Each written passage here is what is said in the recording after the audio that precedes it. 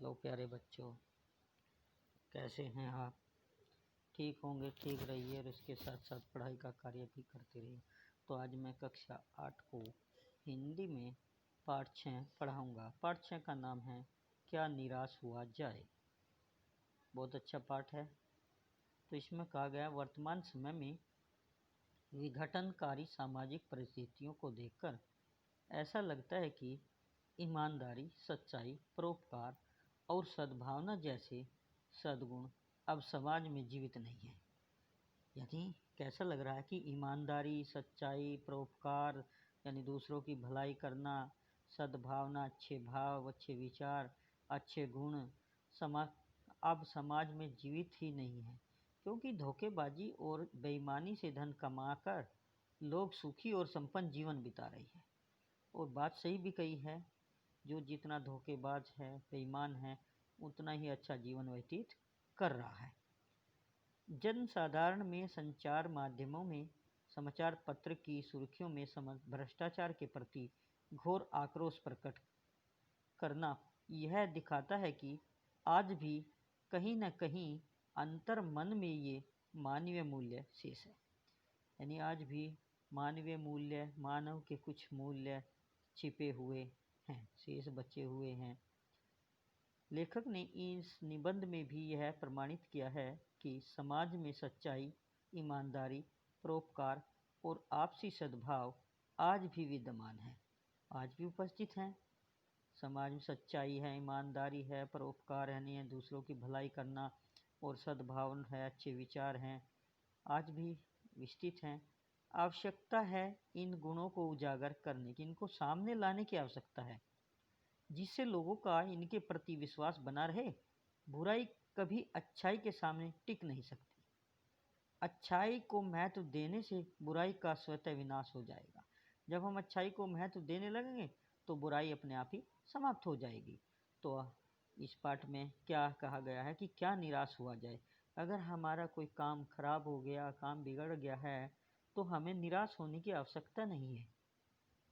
उसमें सोचो हमने गलती कहाँ की है, उस गलती पर दोबारा विचार करो और फिर उस पर दोबारा से मेहनत शुरू कर दो, तो काम अवश्य बन जाएगा। अब पढ़ते हैं। भारत की मिट्टी में कुछ अनूठा है, कुछ अनोखा है, जो कई बाधाओं के बावजूद हमेशा महान आत्माओं और दिव्य आदर्शों से परिपूर्ण रहा है। लोकमान्य तिलक।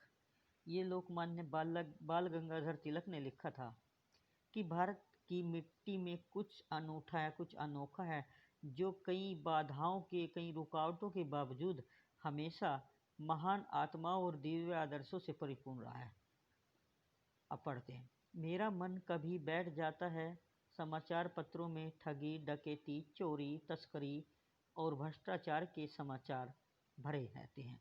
यानी समाचार पत्रों में, अखबारों में क्या ठगी है, उसने उसको ठग लिया, कहीं चोरी डकैती हो गई, चोरी हो गई, तस्करी हो गई। तस्करी होती है प्रतिबंधित माल का इधर से उधर पहुंचाना। जिस सामान पर प्रतिबंध लगा होता है और उसको एक स्थान से दूसरे स्थान पर ले जाना, बेचना, खरीदना, ये तस्करी होता है। तो इन घटनाओं से रोज अखबार भरे रहते हैं। आरोप प्रत्यारोप, वो दूसरे पर, एक दूसरे पर, दूसरा तीसरे पर आरोप लगाता जा रहा है। का कुछ ऐसा वातावरण बन गया है कि लगता है जैसे देश में कोई ईमानदार आदमी ही नहीं रह गया है। हर व्यक्ति संदेह की दृष्टि से देखा जा रहा है। जो जितने ही ऊंचे पद पर है, उसमें उतने ही अधिक दोष दिखाए जाते हैं। अर्थात जो जितना बड़ा अधिकारी होगा, उसमें दोष भी इतने ही अधिक दिखाए जाएंगे। एक बहुत बड़े आदमी ने मुझसे एक बार कहा था कि इस समय सुखी वही है जो कुछ नहीं करता। सही बात कही थी बिल्कुल, कि आज के जीवन में, आज के ज़माने में सुखी वही है जो कुछ करता ही नहीं। जो कुछ भी करेगा उसमें लोग दोष खोजने लगेंगे। हाँ, अगर जो कुछ भी करेगा तो लोग उसमें ज़रूर बुराई निकालेंगे, दोष खोजेंगे। उसके सारे गुण भुला दिए जाएंगे और दोषों को बढ़ा चढ़ाकर दिखाया जाने लगेगा।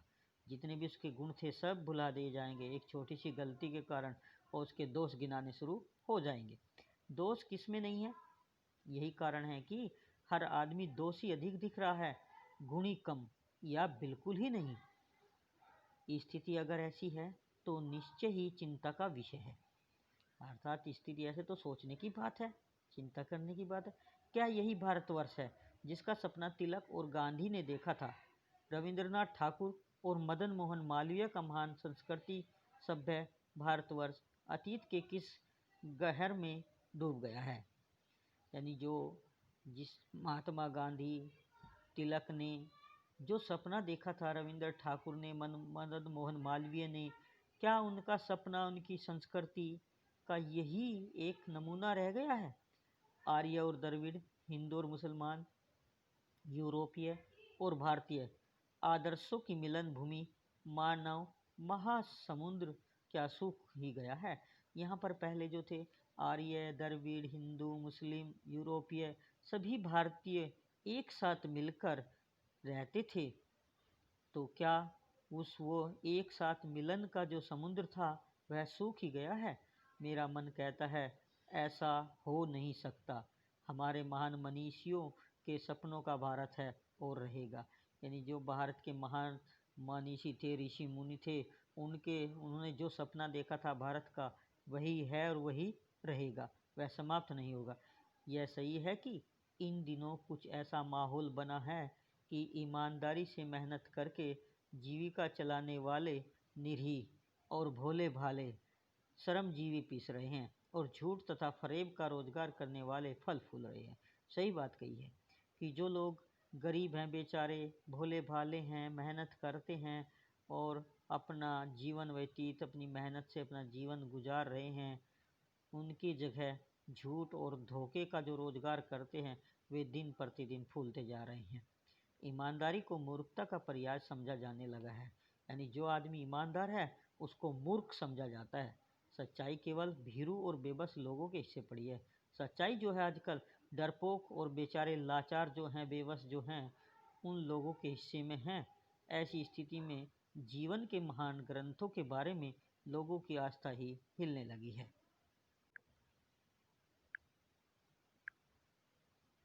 परंतु ऊपर ऊपर जो कुछ दिखाई दे रहा है वह अभी हाल ही मनुष्य निर्मित नीतियों की त्रुटियों की देन है। यानी जो ऊपर से दिखा दे रहा है वो केवल मनुष्य द्वारा बनाई गई नीतियों की जो गलती है नीति में, उसकी देन है।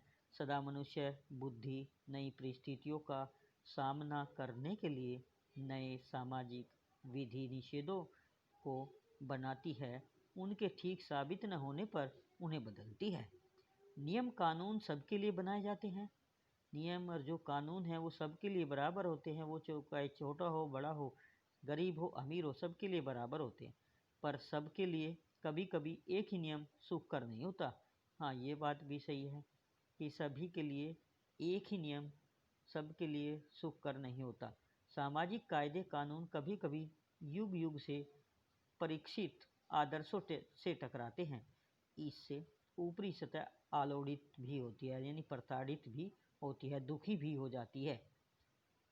पहले भी हुआ है, आगे भी होगा। उसे देखकर हताश हो जाना ठीक नहीं है। यानी जो चलता आ रहा है उसको होता, वो पहले से चला आ रहा है, आगे भी होगा, उसको देखकर हताश परेशान नहीं होना है। भारतवर्ष ने सब कभी भी भौतिक वस्तुओं के संग्रह को बहुत अधिक महत्व नहीं दिया। यानी भारतवर्ष में जो थे भौतिक जो वस्तुएं थी उनको इकट्ठा करने में कभी अधिक महत्व नहीं दिया है। उसकी दृष्टि से मनुष्य के भीतर जो महान आंतरिक तत्व स्थिर भाव से बैठा हुआ है वही चरम और परम है, वही सबसे महान और उत्कृष्ट है।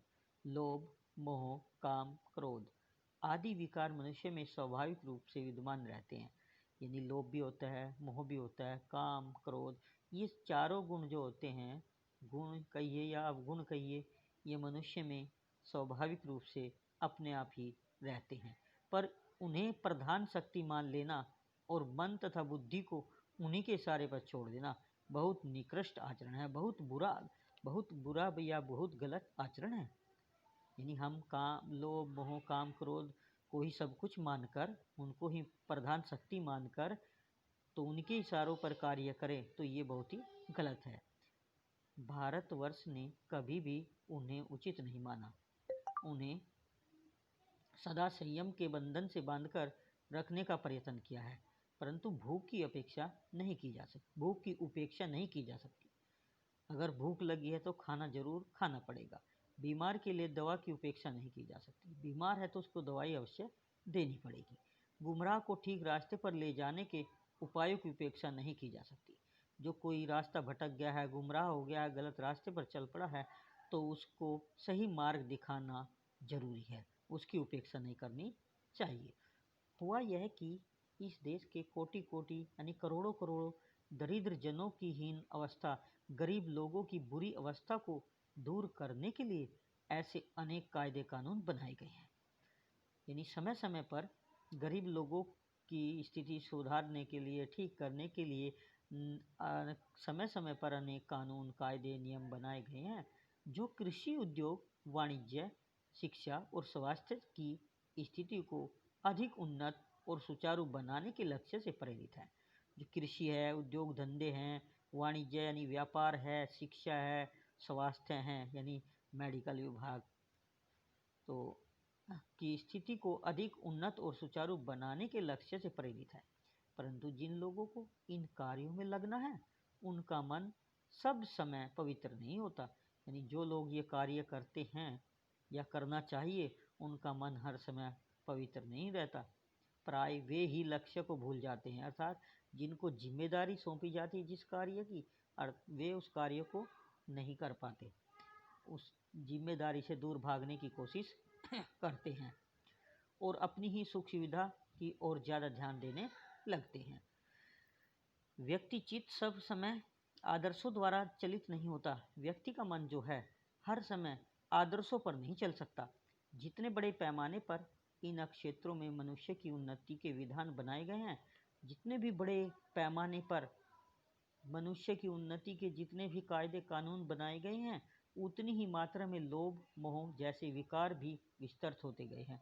जितनी आप मनुष्य की सुख सुविधा के लिए जितने भी विधान, तरीके बनाए गए हैं, उसमें उतना ही लोभ और मोह अधिक बढ़ता चला गया है। लक्ष्य की बात भूल गए, आदर्शों को मजाक का विषय बनाया गया और संयम को दकियानुशी मान लिया गया। लक्ष्य की बात तो भूल ही गए हैं।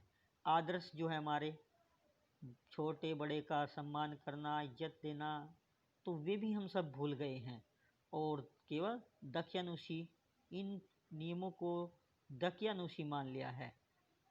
परिणाम जो ही होना था वह हो रहा है।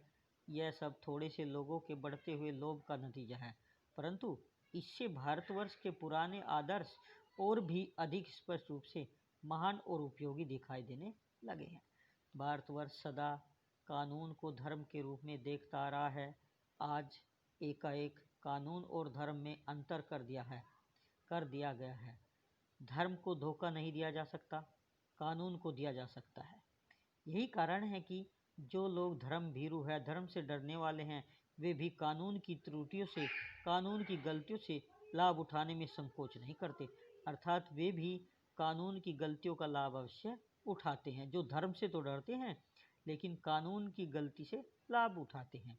इस बात के पर्याप्त प्रमाण खोजे जा सकते हैं कि समाज के ऊपरी वर्ग में चाहे जो भी होता हो, भीतर ही भीतर भारतवर्ष अब भी यह अनुभव कर रहा है कि धर्म कानून से बड़ी चीज़ है।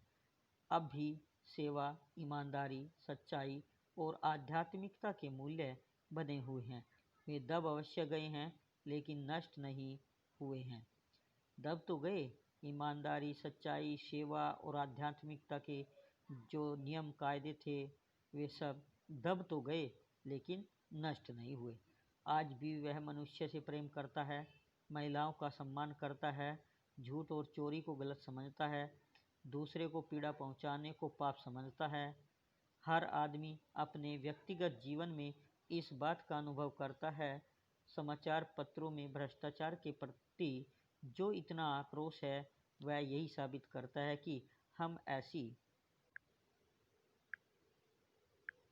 हम ऐसी हम ऐसी चीज़ों को गलत समझते हैं और समाज में उन तत्वों की प्रतिष्ठा कम करना चाहते हैं, उनका मान सम्मान कम करना चाहते हैं जो गलत तरीके से धन या मान संग्रह करते हैं, धन और इज्जत संग्रह करते हैं, एकत्र करते हैं।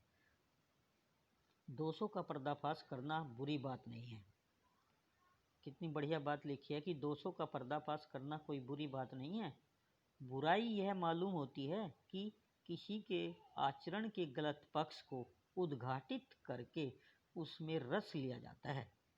क्या कहा कि बुराई यह मालूम होती है, बुराई यह है कि किसी के आचरण के गलत पक्ष को, कोई आचरण सही कर रहा है और उसने कोई जरा सा गलत काम कर दिया तो उस गलत काम को उद्घाटित करके सबके सामने लाकर उसमें अधिक रस, अधिक आनंद, अधिक मजा लिया जाता है और दोषोद्घाटन को एकमात्र कर्तव्य मान लिया जाता है कि इसके दोष जितने भी हैं सबको सबके सामने बताएं, उनको बाहर लाएं, तो यही अपना कर्तव्य मान लेते हैं।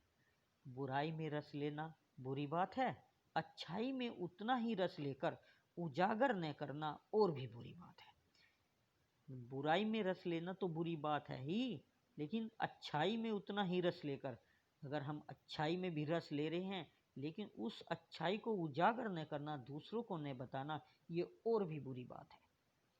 सैकड़ों घटनाएं ऐसी घटती हैं जिन्हें उजागर करने से लोग चित्त में अच्छाई के प्रति अच्छी भावना जगती हैं। संसार में इतनी सैकड़ों घटनाएं ऐसी घटती हैं कि जिनके उजागर करने से हमारे मन में अच्छाई के प्रति अच्छी भावना जगती है।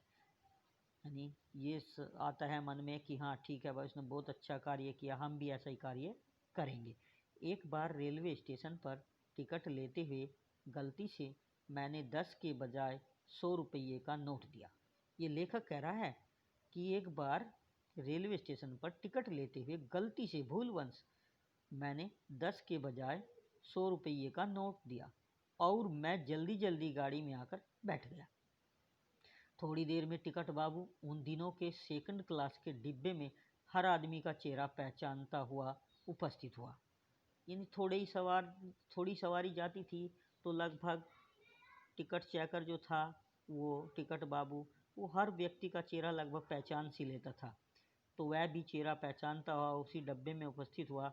उसने मुझे पहचान लिया और बड़ी विनम्रता के साथ, सहनशीलता के साथ मेरे हाथ में 90 रुपये रख दिए और बोला, यह बहुत गलती हो गई थी, आपने भी नहीं देखा, मैंने भी नहीं देखा। उसके चेहरे पर विचित्र संतोष की गरिमा थी। मैं चकित रह गया। देखा कितनी अच्छी बात बताई। जब लेखक ने 10 रुपये की जगह धोखे से 100 रुपये का नोट टिकट चेकर को, टिकट बाबू को दे दिया और टिकट बाबू ने भी यह नहीं देखा कि कितने का है। बाद में जब उसने देखा कि हाँ 10 की जगह 100 का आ गया, तो वह तुरंत दौड़ा दौड़ा हर डिब्बे में देखता हुआ उस व्यक्ति के पास पहुंचा, अर्थात लेखक के पास पहुंचा और उसको 90 रुपये देते हुए बोला कि बहुत गलती हो गई, न आपने देखा और न मैंने देखा। उसके चेहरे पर विचित्र संतोष की गरिमा थी। यानी ऐसा काम करके, भलाई का कार्य करके, अपनी ईमानदारी दिखाकर उसके चेहरे पर बहुत संतोष था। मैं चकित रह गया। अर्थात लेखक बोला कि मैं भी यह देखकर बहुत हैरान रह गया।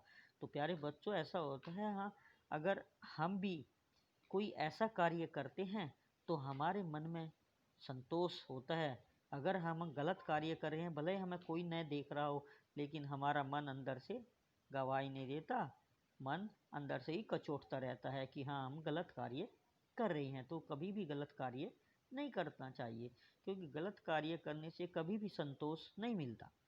तो ऐसे ही टिकट बाबू ने भी किया। कैसे कहूँ कि दुनिया से सच्चाई और ईमानदारी लुप्त हो गई है। ये लेखक कह रहा है कि कैसे कहूँ कि दुनिया से सच्चाई और ईमानदारी समाप्त हो गई है। वैसे अनेक अवांछित घटनाएं भी हुई हैं और लेकिन बहुत सी न चाहने वाली घटनाएं भी हुई हैं, परंतु यह एक घटना ठगी और वंचना की अनेक घटनाओं से अधिक शक्तिशाली है। लेकिन यह एक ही घटना उन ठगी, बेईमानी आदि की घटनाओं से बहुत ही शक्तिशाली है। तो प्यारे बच्चों, ये पाठ बहुत बड़ा है। ये मैंने आधा पाठ करा दिया, आधा पाठ आप पढ़ेंगे, निशान लगा हुआ है यहाँ तक ही, यहाँ तक पढ़ेंगे, इसको 2-3 बार पढ़ेंगे। और जो भी कार्य आपको दिया जाता है उसको अपनी बुक में, नोटबुक में स्वच्छ लिखा करें। और मैंने ये भी बोला था कि आप जो भी कार्य कर लेते उसको भेज दिया करें, कम से कम पता तो चले कि आपने कितना कार्य किया है या नहीं किया है। तो प्यारे बच्चों, अगला कार्य अगली वीडियो में। तब तक के लिए बच्चों धन्यवाद।